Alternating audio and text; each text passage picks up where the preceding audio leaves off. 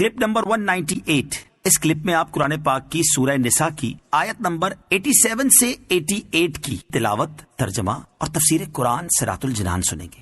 بسم اللہ الرحمن الرحیم۔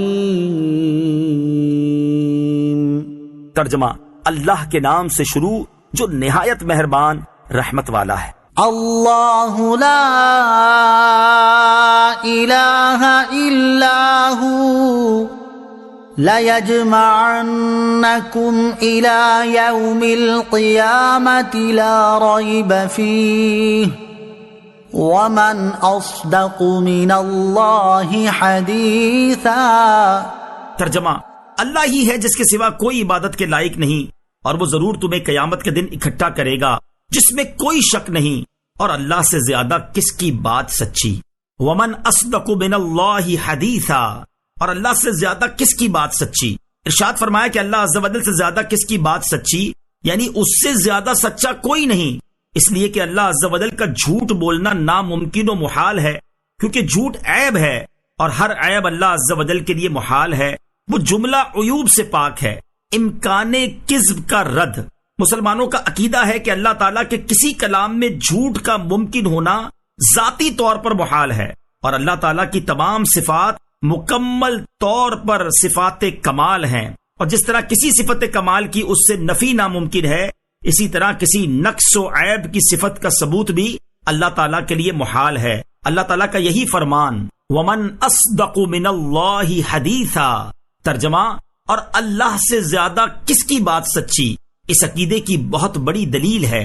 چنانچہ اس آیت کے تحت علامہ عبداللہ بن احمد نصفی رحمۃ اللہ تعالی علیہ فرماتے ہیں، اس آیت میں استفہام انکاری ہے، یعنی خبر، وعدہ اور وعید، کسی بات میں کوئی شخص اللہ تعالیٰ سے زیادہ سچا نہیں کہ اس کا جھوٹ تو بذات محال ہے، کیونکہ جھوٹ خود اپنے معنی ہی کی روح سے کبھی ہے کہ جھوٹ واقع کے خلاف خبر دینے کا نام ہے۔ علامہ بیضاوی رحمۃ اللہ تعالی علیہ فرماتے ہیں، اللہ تعالیٰ اس آیت میں اس سے انکار فرماتا ہے کہ کوئی شخص اللہ تعالیٰ سے زیادہ سچا ہو، کیونکہ اس کی خبر تک تو کسی جھوٹ کو کسی طرح کی راہ ہی نہیں، کہ جھوٹ عیب ہے، اور عیب اللہ تعالیٰ پر محال ہے۔ نیز اللہ تعالیٰ ارشاد فرماتا ہے، فَلَن يُخْلِفَ اللَّهُ عَهْدًا۔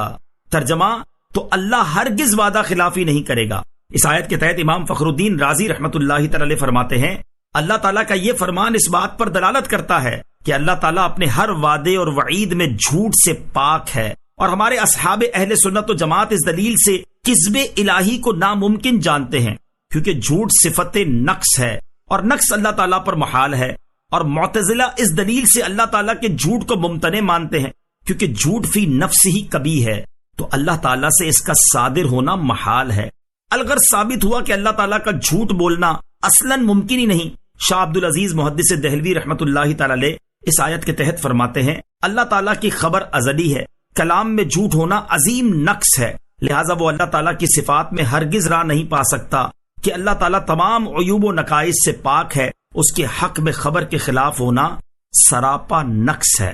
اور اللہ تعالیٰ ارشاد فرماتا ہے، وَتَمَّتْ كَلِمَةُ رَبِّكَ صِدْقًا وَعَدْلًا لَا مُبَدِّلَ لِكَلِمَاتِهِ وَهُوَ السَّمِيعُ الْعَلِيمُ۔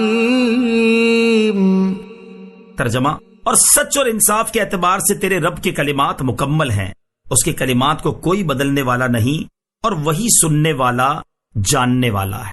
امام فخر الدین رازی رحمۃ اللہ تعالی علیہ اس آیت کے تحت فرماتے ہیں، یہ آیت اس چیز پر دلالت کرتی ہے کہ اللہ تعالیٰ کی بات بہت سی صفتوں کے ساتھ موصوف ہے، ان میں سے ایک صفت اس کا سچا ہونا ہے، اور اس پر دلیل یہ ہے کہ جھوٹ عیب ہے، اور عیب اللہ تعالیٰ پر محال ہے۔ فَمَا لَكُمْ فِي الْمُنَافِقِينَ فِئَتَيْنِ وَاللَّهُ أَرْكَسَهُم بِمَا كَسَبُوا أَتُرِيدُونَ أَن تَهْدُوا مَنْ أَضَلَّ اللَّهُ وَمَن يُضْلِلِ اللَّهُ فَلَن تَجِدَ لَهُ سَبِيلًا۔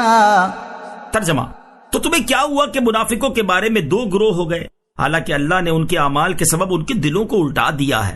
کیا تم یہ چاہتے ہو کہ تم اسے راہ دکھاؤ جسے اللہ نے گمراہ کر دیا، اور جسے اللہ گمراہ کر دے تو ہرگز تو اس کے لیے ہدایت کا راستہ نہ پائے گا۔ فما لکم فی المنافقین فئتین، تو تمہیں کیا ہوا کہ منافقوں کے بارے میں دو گروہ ہو گئے۔ اس آیت کا شان نزول یہ ہے کہ منافقین کی ایک جماعت کھلم کھلا مرتد ہو کر مشرکین سے جا ملی۔ ان کے بارے میں صحابہ کرام رضی اللہ تعالیٰ عنہم کے دو گروہ ہو گئے، ایک فرقہ ان کو قتل کرنے پر اصرار کر رہا تھا اور ایک ان کے قتل سے انکار کرتا تھا۔ اس معاملے میں یہ آیت نازل ہوئی اور فرمایا کہ اے ایمان والو، تمہیں کیا ہو گیا کہ تم منافقوں کے بارے میں دو گروہ بن گئے، حالانکہ اللہ تعالیٰ نے ان کے ارتداد اور مشرکوں کے ساتھ جا ملنے کی وجہ سے ان کے دلوں کو الٹا دیا ہے۔ کیا تم یہ چاہتے ہو کہ جسے اللہ تعالیٰ نے گمراہ کر دیا اسے ہدایت کی راہ دکھا دو؟ یہ محال ہے، کیونکہ جسے اللہ تعالیٰ گمراہ کر دے تو تم اس کے لیے ہدایت کا کوئی راستہ نہ پاؤ گے۔